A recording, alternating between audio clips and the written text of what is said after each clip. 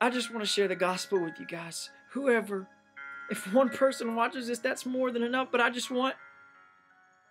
feel like it's my job to present the true gospel because there's so much that's tainted and false and untrue. And so I just want to present the true one, and I hope that somebody will watch and listen and understand.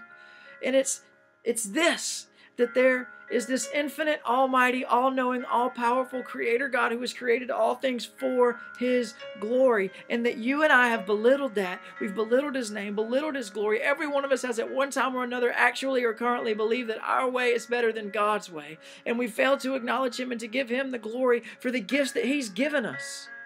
We question his rule and his authority, while at the same time doing that with the brain that he gives us and with the lungs that he gives us and the air that he provides us with to breathe.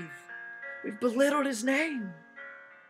And that's the great blasphemy of the universe.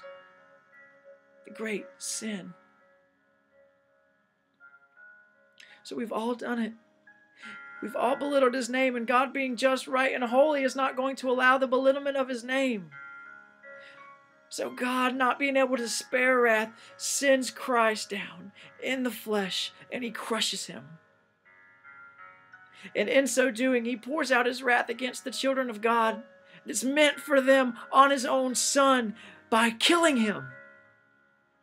And then God raises his Son from the dead, and that same power that raised Christ from the dead is now at work in those who believe.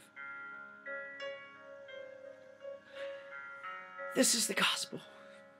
That you and I have right standing with God, not by our efforts, not by our works, not by our skill, not by whether or not we cuss or don't cuss, drink or don't drink, watch this or don't watch that, do this or don't do that. We are justified before God by the cross of Christ alone. Your lust, you're not going to be able to fix it. Your bitterness, you're not going to be able to fix it. Your rage, your anger, your depression, you're not going to be able to fix it because you don't possess the power of life and death, and we can't resurrect anything. But Christ can. And that's the good news. So we don't celebrate us. That's why we continually celebrate him, because it's about him. It's his glory. He came down and he purchased us with his blood for his glory, that we may be reconciled to him and we may glorify him.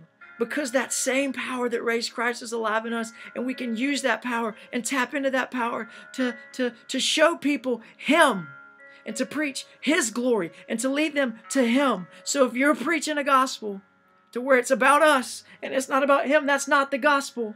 The gospel is not that he wants us to be prosperous. The gospel is not that he wants us to be wealthy, not that he wants us to be successful. It's that he died.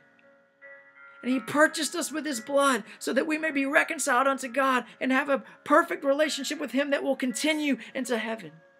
That's the good news. You may never be wealthy. You may never have enough to pay your bills. You may lose loved ones. You may get cancer, but Christ is enough, and he will always be enough for you. He promises that. It's a promise.